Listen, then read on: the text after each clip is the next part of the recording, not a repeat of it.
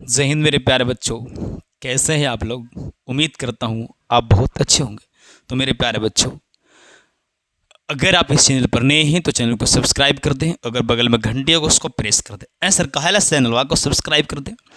चैनलवा को सब्सक्राइब करने से होगा बच्चों कि जो भी हम वीडियो अपलोड करेंगे, जो भी वीडियो यूट्यूब पर डाला जाएगा, वह वीडियो सबसे पहले आप तक जाएगी। तो मेरे प्यारे बच्चों, चैनल को सब्सक्राइब कर दें। वीडियो को लाइक नहीं किया तो वीडियो को लाइक कर दें और एक प्यारा सा कमेंट करें कि हाँ सर ये वीडियो कैसा लगा। और इसके पिछले वीडियो बहुत सारे होमवर्क दिए थे, उसमें मिस सोनम कुमारी, सूरज कुमार और वगैरह एक बोलते हैं रंगदार, जो है रंगदार यादव, वो जो सिर्फ कमेंट करते हैं बट आंसर नहीं दे पाते हैं। बच्चों आंसर दीजिए।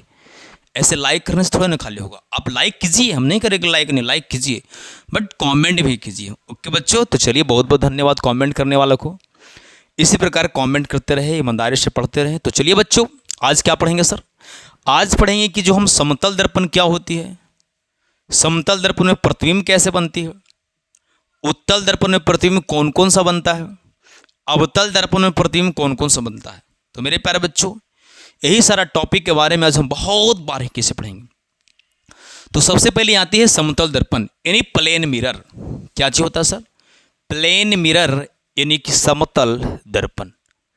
सर समतल दर्पण क्या होती है सर? तो बच्चों आप देखे होंगे, हम लोग जैसे चेहरा देखते हैं, जैसे फेस देखते हैं, जो हमारे घरों में होते हैं, जो हमारे घरों में लगे होते हैं दर्पण, उस दर्पण को हम प्लेन मिरर कहते हैं यानी समतल दर्पण कहते हैं। मेरे प्यारे बच्चों, वह दर्पण में प्रतिबिंब कैसा बनता है सर? वास्तविक बनता है कि काल्पनिक? तो बोलेंगे सर वास्तविक बनती है। कैसा बनता है सर? वास्तविक बनती हो। तो समतल दर्पण में प्रतिबिंब वास्तविक बनता है। दूसरा बात देखिए, अगर ये वस्तु अगर यहाँ पर दर्पण रखी हुई है और अगर वस्तु यहाँ अगर 20 सेमी दूर पर यहाँ पर वस्तु है, तो इसका प्रतिबिंब जो है इसका अंदर जो है 20 सेमी दूरी पर ही दिखाई देगी। मेरी बात को समझिए, मैं इस बात को फिर से रिपीट करना चाह रहा हूँ। समतल दर्पण में वस्तु को जितना दूरी रखेंगे, मतलब जितना दूर आप वस्तु को रखिएगा, उसका फोटो जो है उतना ही दूर अंदर दिखाई देगी। क्या समझा रहे हैं सर? नहीं समझ पा रहे आपकी बात को मेरे प्यारे बच्चों। जैसे मान लीजिए कि दर्पण है, ये कोई वस्तु है, ये दर्पण है, ये वस्तु है। ये वस्तु को यहां रख पाइएगा तो देखिए यहां से यहां तक कितना दूर पर वस्तु रख लो, मान लीजिए कि 1 बित्ता पे है, तो इसका फोटो एनाकमा में 1 बित्ता पीछे दिखाई देगा। अगर इसको 2 बित्ता कर देंगे तो इसको फोटो भी 2 बित्ता पीछे दिखाई देगा।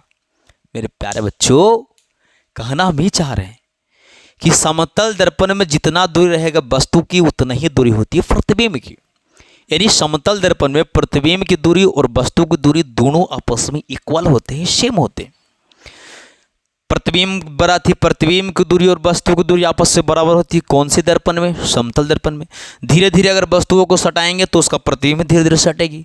दर्पण से अगर वस्तु को दूर ले जाएंगे तो उसका प्रतिबिंब दूर जाएगी। प्रतिबिंब कैसा बनता है? वास्तविक या काल्पनिक? आंसर मानेंगे वास्तविक नहीं, काल्पनिक। काल्पनिक का दूसरा नाम क्या है सर? आभासी।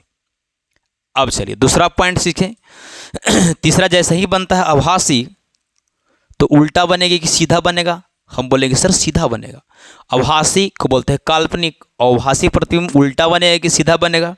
हम बोलेंगे सर सीधा बनेगा। अब बताइए, इसमें सीधा तो बनता है लेकिन पार्श्विक रूप से, देखिए पार्श्विक आपको समझाते क्या होती है। देखिए लिखे पार्श्विक रूप से उल्टा बनता है। इसमें प्रतिबिंब बनता है सीधा लेकिन उल्टा होता है, लेकिन पार्श्विक रूप से उल्टा होती है। सर ये चीजों को नहीं समझ पा रहे, चीजों को बढ़िया से समझाइए ना। पार्श्विक उल्टा क्या होता है बच्चों?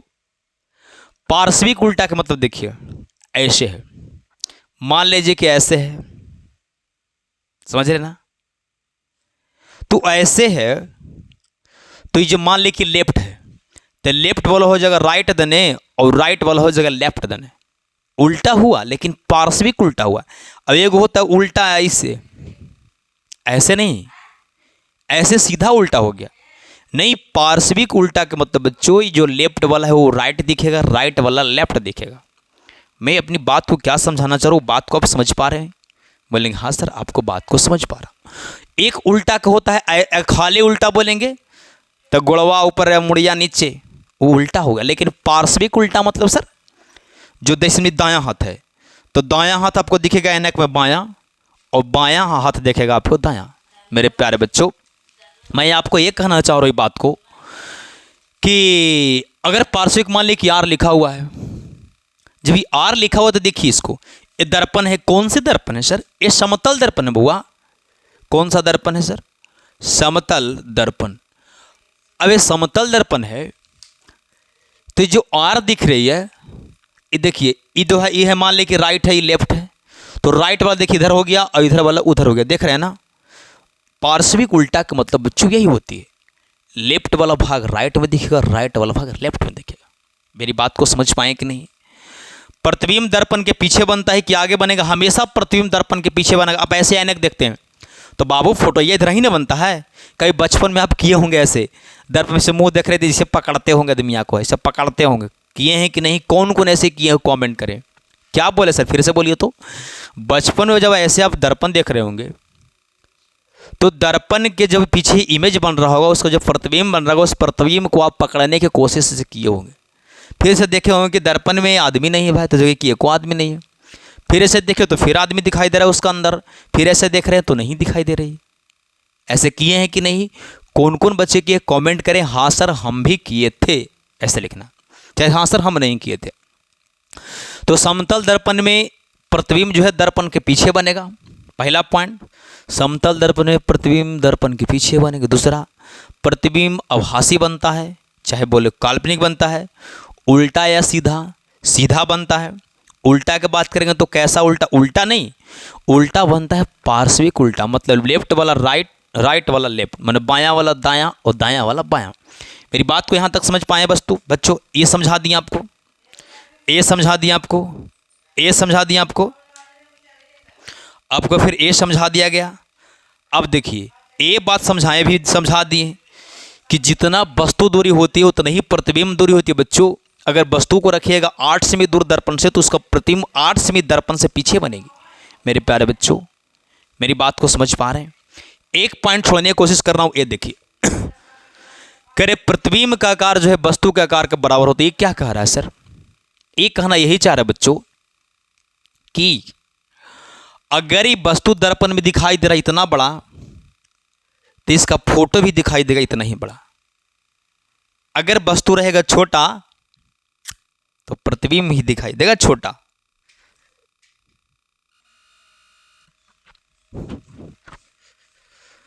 तो चलिए बच्चों, हुआ था क्या, लाइन जो है अचानक कुछ प्रॉब्लम हो गई थी।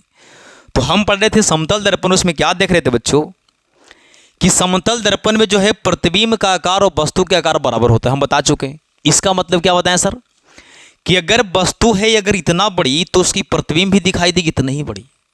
ऐसा ना कि वस्तु इतनी को दिखाई देगा बहुत बड़ा, ऐसे नहीं, गलत हो जाएगी। तो मेरे प्यारे बच्चों, समतल दर्पण का लिखेगा गुण लिखे, चाहे समतल दर्पण के बारे में बताएं, तो यहाँ से हम देखें कि प्रतिबिंब जो है दर्पण के पीछे बनेगा। जितना दूर वस्तु रखा रहेगा उतना ही दूर प्रतिबिंब बनेगी। प्रतिबिंब आभासी होगा, वस्तु उल्टा दिखाई देगी, लेकिन वस्तु सीधा दिखाई देगा, लेकिन उल्टा होगा तो कैसा उल्टा हो सर? पार्श्विक उल्टा होगा। और प्रतिबिंब दूरी बराबर वस्तु दूरी। यहाँ तक मेरी बात को आप समझ पाएँ? मेरे प्यारे बच्चों, यहाँ तक स्क्रीनशॉट लीजिए, देखिए इस बात को समझ पाए या नहीं। अगर कोई वस्तु बताए, अगर टी ऐसे लिख रहे तो टी तो दिखाएगा इसमें ऐसा ही, लेकिन अगर आर ऐसे लिखी गई है तो इसमें देखिए इधर वाला हो जाएगा इधर और उधर वाला उधर ही रहेगी। तो मेरे प्यारे बच्चों, उम्मीद करता हूं यहां तक बात को समझ पाएंगे। एक पॉइंट को समझिए, अगर सवाल आ जाता बच्चों कि समतल दर्पण का उपयोग बताइए, तो समतल दर्पण का उपयोग हम लोग कहां करते हैं? चेहरा देखे में, यानी घरों में जो हम प्रयोग करते हैं, चेहरा देखने में है जो बच्चों हम इस दर्पण का प्रयोग करते हैं। यानी चेहरा जो देखते हैं, घरों में जो हमारी ऐनक लगी होती है, घरों में जो हमारा दर्पण लगे होती है, घरों में हमारे जो मिरर लगे होते हैं, वह मिरर बच्चों कौन सी होती है?